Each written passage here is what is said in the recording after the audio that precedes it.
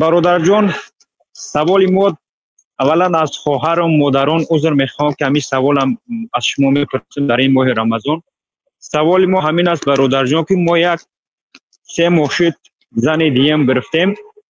اویلمون یک ماه پیش درک یافتیم مثال ما زن دیم گرفتگیم با همراهی ما مثال جنگ کرد، هر خیل گپای از شریعت بیرون گفت که مثال با تو خوب و خیلی شروع کردن نمیتونستیم که شما زن دیم گرفتید، از این پس مثال قطیم هم خوبگی نشه، هم خیلی گپای مثال هر خیلی چیزا میگیرم خدمت مثال آرام میکنم با شما خوب و خیز نمیکنم، هم خیلی گپای از شریعت بیرون گفته است. در همین حالت ما مثال با همین زن یکم صبر کنیم یا که مثال جواب شبتیم؟ از شما خواستیم یک نصیحت پرسیم چخیل کنیم برادرجان در همین حالت. زن یکم وقتی که به بالاش زن دوم گرفتید قیامت قایم میکند، لیکن وزبین میشید. هرچی که گفت وای در بالای غضبش میگد، وای به خاطر رشکش میگد، وای دیگر ضعیف است خودش کنترل کرده نمیتوند، هرچی میگد وای برای قهر شما آوردم میگد. وزبین شوید و یگان صد جواب نگردانید. بگذار مثلا گپای گناه گویدم این خیل میکنم اون خیل میکنم، نمیکند انشاءالله. لیکن به هر حال آرام کنید، نصیحت کنید، نیکی کنید، خندانید، راضی میشد انشاءالله. برای اون که طبیعتا الله تعالی اصلا از پدر و مادر آدم دیده به آدم مهربان است. والله لله ارحم بعباده من هذه بولدها. قسم به نام الله، الله به بندگانش مهربان تر است از همین مادر به کودکش. یا مادر دیدن بعدی جنگ آمده کودکای مردگی های میدید و از زمین یافته میبرداشت و میدید که بچهش نبا میموند. یکی کودک خودش زنده دریافت، از خرسندی گریه میکرد، با آغوش میگرفت، بوسه میکرد. پیامبر صلی الله علیه و آله همراه صحابه همین منظره دید و یک آتش کلان هم بود اونجا. بعدی جنگ بود. بعد گفتن که اترون هذه طاریحة ولدها فی النار. ما گمان میکنید که همین زن مادرش کودکش به آتش پرتاید. همین آتش کودک زنده به آتش میپرتاید مادر. لا، هیچگاه مادر کودکش به آتش نمیپرتاید. بعد گفتن که والله، قسم به نام الله، لله ارحم بعباده من هذه بولدها. الله و بندگانش مهربانتر است از همین مادر به کودکش. گفت یعنی خب وقتی که زنی یک دویوم میگیرید همین زنک داد و فیغام میکنند، حالتش بیند همه رحم میکنند. یعنی الله مهربان که به بندگانش از پدر و مادر دیده مهربان است، همین حالت دیده اجازت داد برای 2 زنگی و 3 زنگی. اینجا ضرر هست. ما بارها قاعده بزرگ شریعت تاکید کردیم که شریعت و شارع یعنی شریعت صاحبش الله سبحانه و تعالی هیچگاه به یک کار امر نمی کند مگر هم در آن کار فایده بزرگ است، یا فایده 100% است یا فایده بزرگ است. و این چونین از یک کار من نمی کند مگر هم در آن 100% ضرر دارد یا ضرری عظیم دارد، بنابراین من میکنم. خب وقتی که به 2 زنگی و 3 زنگی و 4 زنگی اجازت داده است، اصلا ما بارها گفتیم که شریعت اینا آمده مردم یک زنه رو به 3 زنگی ترغیب نکرد. اینا خوب دانید برادرها و خواهران، شریعت آمده از 1000 زنی و 300 زنی و 400 زنی به 4 زن محدود کرد. یعنی شریعت آمده فرامد پیش از آمدن دین مقدس اسلام مردم به حساب زن میگرفتن. وقتی که به حساب زن میگرفتن حق آنها را ادا کرده نمیتونستن، برای آنها وقتاشون نمیرسید. همون 4-5 معقولاشون برای خودشون باقی میموند، باقی موندش میخواد نامش شودار ولی نه شوهر دارد نه حقوق شوهر کردن داره، حقوقش پایمال میشد. شریعت آمد و اون بیهوده ها رو بیکار کرد. پیامبر صلی الله علیه و آله یه آدم جیغ زدن چند زن داری؟ 10 زن. 4 تاش انتخاب کن، 6 طلاق ده. ببینید یه آدم جیغ زدن 2 خواهر در نکاحش در آوردگی بود، یعنی 2 خواهر گرفته است. در شریعت ما حرام است و ان تجمعوا بین الاختین، الله تعالی که حرام است برای شما که 2 خواهر در یک نکاح جمع کنید.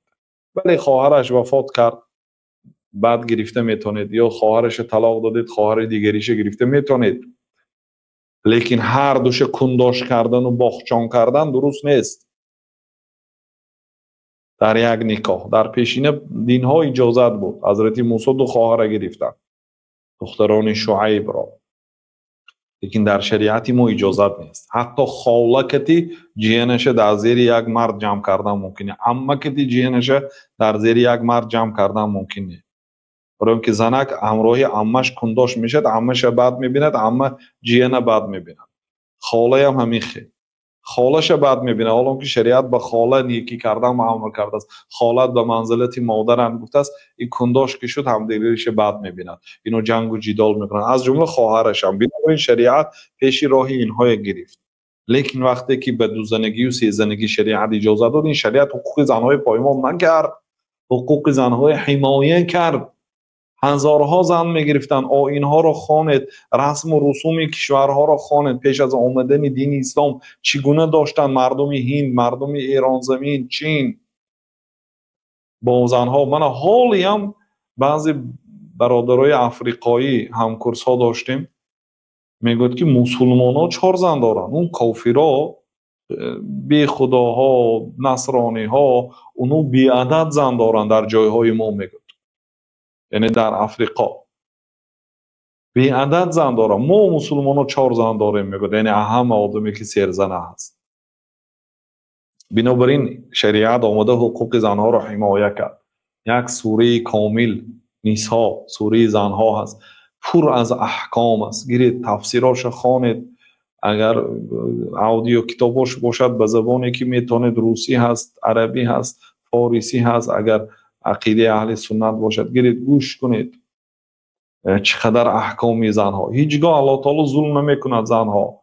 اون قدر شوهر را زنی میفهمد که شوهرش وفات کرده است، فرزندا دارد، شوهر کردن به شرم می‌دارد، چون که در خانه شوهرش زندگی دارد، 4-5 فرزند دارد. الکی فرزند کلانش مثلا خانه دار شده است، نفسش میخواهد که خانه دار شود، لیکن شرم می‌دارد از فرزندا، شرم می‌دارد از اکا و دادرای شوهرش، صبر میکند بیچاره.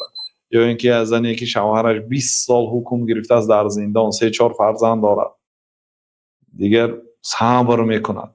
یا شوهری که یا زنی که شوهرش در مهاجرت است، 2 سال یک بار میبیاد، 1 سال یک بار میبیاد، صبر میکند. اونها شاید حس میکنن که اگر شوهری من کاش 2 زنه میشد و دوشنبه یک بار به پیشم میآمد، به جای اون که 1 سال نیست شده میبرود 4 روزشنبه یک بار بیادم شوهرم هست. بعد قدر شریعت میفهمم. و کسانی که در همین باره نسبت شریعت ضدیت بیان میکنن، تنقید میکنن شریعت، البته تنقید شریعت این تنقید الله است. تنقید الله آدم از دایره اسلام بیرون میبرد. این شریعت عادل است. زنها از قدیم الایام تا قیامت از مردها زیاد هستند. مردها از سبب جنگ ها، من ببینید در جنگ اوکراین و روسیه چقدر مرد از بین رفت، هزارها مرد برفت. در جنگ دیگر جنگ هم جنگ که شد مردها میبرند و زنی آنها همش بیوه میماند. زنها همیشه در جامعه زیاد است، خاصتا در آخر زمان. پیامبر صلی الله علیه و سلم میگه به یک مرد 50 زن برابر میبیاد. مرد زن بیند میگریزد، 50 زن به یک مرد درست میبیاد. خیلی حالی روسیه یک شیطانی کرد، مفتیات اون گپا نادرست است که مفتیات فتوا برآورد که 4 زنه اجازت است. این فتوا نیست، این نص قرآن کریم. این فتوا چیزی که برخلاف شریعت باشد. مثلا یک مفتی فتوا داد که عین زمان دوزنگی حرام است، برای اون که وضعیت ما بی‌زیب است دوزنگی نکنید. گفت این نامش فتوا میگه، لیکن یک منبع اجازه داده است که 4 زنه گریتان. گوید وای فتوا نیست، وای از 1400 سال اینجانی بود، وای چیزی گویی وای فتوا است. قرآن وای گفته است که شما میتونید 2 3 4 زن گیرید، اگر عدالت کردن یک زن گیرید. مفتیات روسیه اجازه داده است که 4 زن. اوی الله اجازه دادگی. بعد سه روز با مفتیات فتواش میگشت است. این یک شیطان بازی یک کنی کرده، دیدن که چی نتیجه میتید. ریاکسی مردم فهمید حکومت به واسطه که به واسطه همین صادم الله ها با اجازت نشد که با اجازت نشد. اوی قرآن 1400 سال پیش اجازت داده است. تو کی هستی که اون روز با اجازت میدی بعد سه روز با فتوا میگردی؟ یعنی اینا ساختکاری های حکومت از مردم نمیفهمن. کنی یک بار امیخیل گویم چی اگر مردم ریاکسی بد نتید فقط برای مسلمان ها با شرط ها این وای سانی سکسکین برای روس ها هم میشد. برای چی؟ برای آنکه خلق و تمام شده ایستاده است و وستنوید کردن در کار. مرد نیست دیگر. وقتی که بعد جنگ دوم جهان همین حالت عیناً در گرمانیا کرده بودن. مفتی مسلمان ها میخزد میگه در شریعت ما اینو علاجش میکنن، چیکار کنیم که خلق وستنوید کنیم. نسل کشته شد، میلیون آدم کشته شد. روس ها آمدن با زنهای نیمیسا تجاوز کردن، حتی اون فرزندای هم روس علاقه. چیکار کنیم؟ بعد مفتی مسلمان های گرمانیا خسته میگه که در شریعت ما 4 زن گرفتن اجازه است. بعد موقتا قانون قبول میکنن فرض است که هر یک مرد نیمیز باید 4 زن گرفت. فرض ضرورت اومد شریعت کاربست میکنن. بعد وقتی که حاجتاشون برآمد با قانونی وضعی گذشتشون. اینا هیچگاه زنها ضد شریعت گپ نزنید، گناهکار عظیم میشید و اگر اعتراض بکنید از دایره اسلام میبرید. بنابراین صبر کنید. ما یک صحبتی داشتیم از زن وقتی که شوهرش شکایت کرد، چند نصیحت هایی کردیم. همون صحبت گرید گوش کنید، آرام میشید و اینشون قرآن قرائت کنید. اون شوهر زن گرفته است و فایده شما هست. انشاءالله شما معامله نیک کنید، نماز تهجد میخواندگی میشید، برای شما فرصتی تربیه و فرزنده وسیع تر میشه، برای کتابخوانی وقت پیدا میشد، برای آب و تاب بدنی خودتون وقت پیدا میشد. شوهر میرد دیگه، یک شب میرد تا وای آمدن شما یک دنیا کار میکنید، نماز تهجد میخونید، دعا میکنید، میشکوفید، پروا نکنید به این شوهرهای دنیا، به این مال و ملک دنیا. این دنیا 2 روزه هست. شما طبق شریعت کار کنید، طبق گفته های الله تعالی کنید. خرسندی خوشبختی در دست الله تعالی است، به کسی خواهد میدید. خوشبختی اینه که من بسیار زنا شوهرشون یک زن داره لیکن خوشبخت نیستن. شوهرش یک زن داره لیکن خوشبخت نیستن. هست زنهایی که شوهرش 2 3 زن داره لیکن خوشبخت‌ترین زنهای دنیا هست. بنابراین به این چیزها اهمیت ندید. جنگ و جنجال و سخنهای گناه و سخنهای کفر تلفظ نکنید در بال غضبتان باشدم. شما شوهر یعنی صبر کنید، برداشت کنید، کوشش کنید زنه خرسند کنید، راضی کنید. اون اکون طبیعتش از بیچاره رشک میکنه و هم فهمیدن ممکن.